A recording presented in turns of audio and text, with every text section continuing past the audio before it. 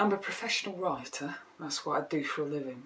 And by the first day of lockdown, 44 days ago, every single writing workshop, every book launch, every performance, every mentoring session that I'd got in my diary for the coming year had been cancelled. And the huge poetry festival that me and my co-director had been working on for 14 months was indefinitely postponed.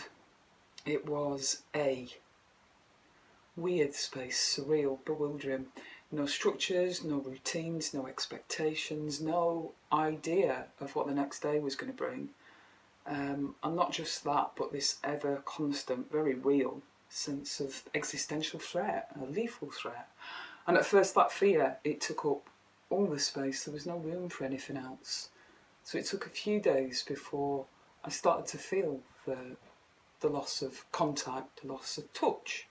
My friend's mum died 3 days ago, and obviously I hadn't seen her, but I wonder how it would be to see her. How do you see somebody in grief that deep without wanting to put your arms around them? Or at least lay your hand on them.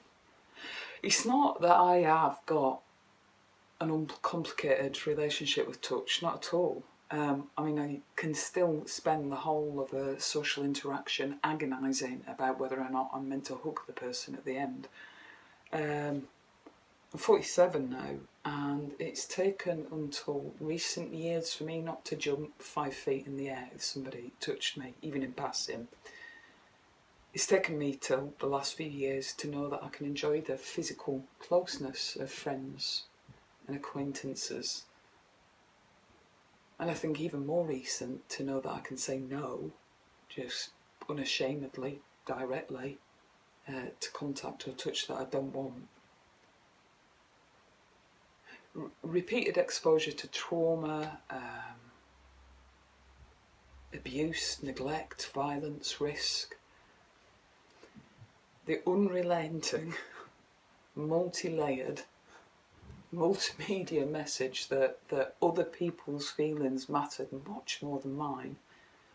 That meant that I, for a long time, and still to the current day to some degree, experienced my body as a site of shame and disgust and vulnerability. My teens, predictably, were dominated by self-injury, eating disorders, other desperate ways to try and make myself feel better or feel some sort of sense of agency and control. My 20s, predictably, frequently marked with long admissions to psychiatric hospital.